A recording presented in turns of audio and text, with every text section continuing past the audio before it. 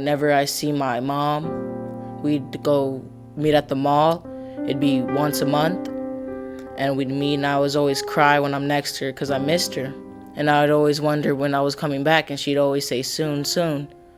But as time was going by, I began to feel like she was lying to me, that she was trying to move on and she didn't want anything to do with me anymore.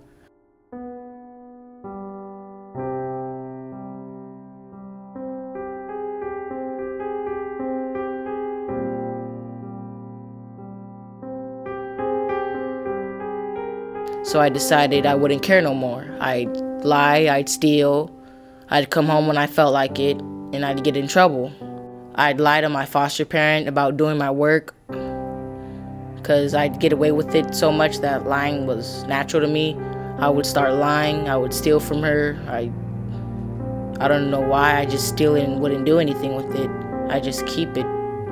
And every time I moved, I did the same thing.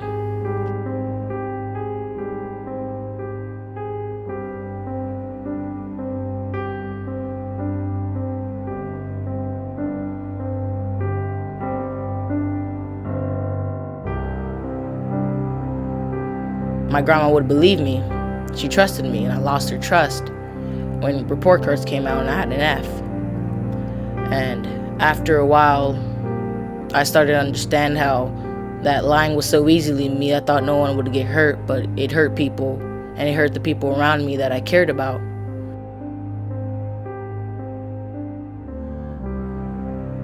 She treated me like her own, and so it took me a while. I started slowly doing my work, and I tried worrying less about my sister, but I felt like I had to keep her under check or else she'd move. And if she did move, I think it's all my fault that I wasn't a better little brother.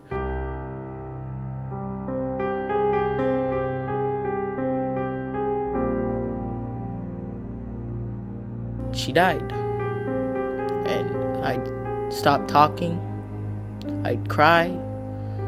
I'd ask God why he did this. I mean, it hurt me a lot because I was going to be adopted, and she treated me like her own child, and I really loved her. And when I heard she died, I was upset. I went to her funeral, and I looked at the casket and I saw my grandma laying there. I started crying in tears. It hurt so much. I can't go no more.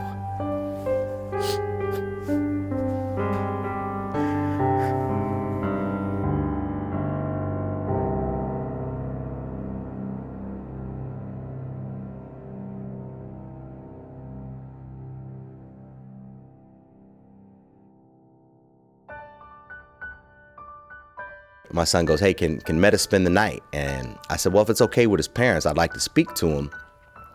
But I didn't get a chance to speak to him that night. I probably had a basketball game or something where I missed it.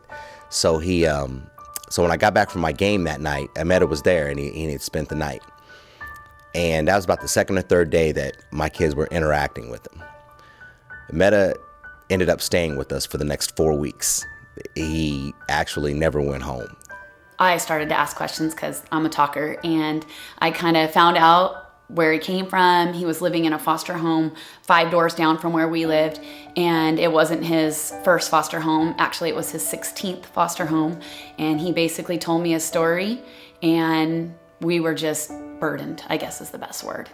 They took me in, and I was happy because they treated me like my grandma treated me, and I felt loved. Meda was always in a home where there were a lot of foster kids. He was never really in a home where the foster family had their own children and then just Meda.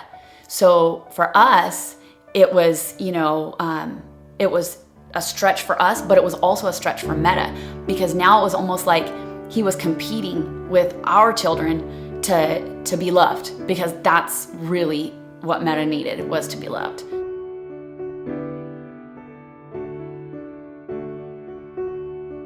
I remember the moment that I decided I wanted my kids to go to Notre Dame. We were at a playoff basketball game at Notre Dame, and the team had lost. And the whole gym, which was packed, fans were crazy, stood up, pointed to the alma mater, and sang. And I just remember thinking, me being a public school teacher, I'd never see that happen. And at that moment, I was like, my kids are gonna go here. And they're there.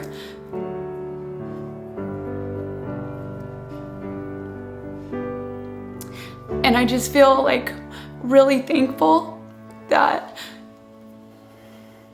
we're able to share this not only with our son, our biological son, but now with this foster kid that was removed from his last home for spray painting profanity on the side of the foster family's house, So the fact that not only is KJ able to go to such an amazing school that has this school spirit that I've never seen before, now Meda's able to go there.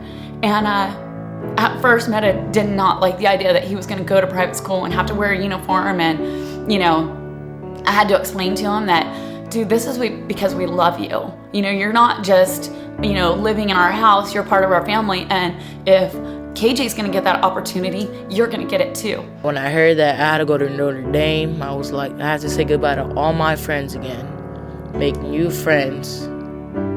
And on top, it was a private school, and I couldn't wear the clothes I wanted. I had to wear a uniform. I just hated the options that they said about it.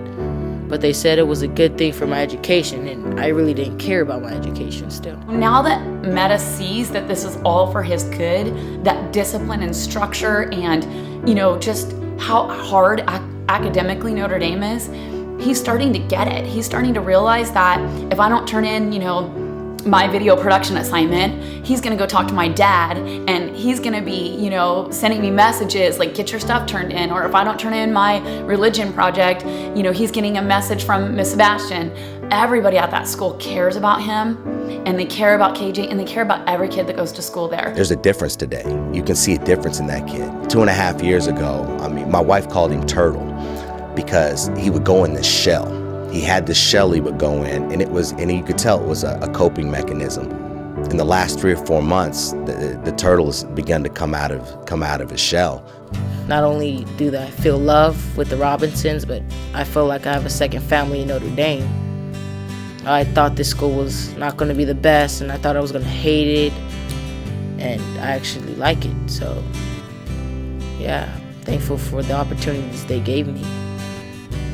And it's still kind of hard to actually do it because I'd slip and forget it, and I'd go play games or not do my homework, and I still choose which homework assignment I do. And if one's boring to me or I don't understand it, I don't think it's useful for me in life, I just don't do it.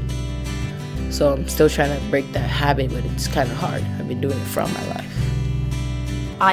I'm thankful that he knocked on our door, because that's how it all happened. We didn't seek him.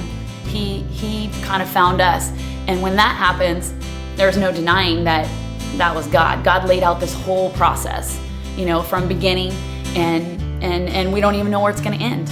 I'm sure that, 5 years down the road, we're going to have a different perspective, and maybe Meda's going to have a different perspective.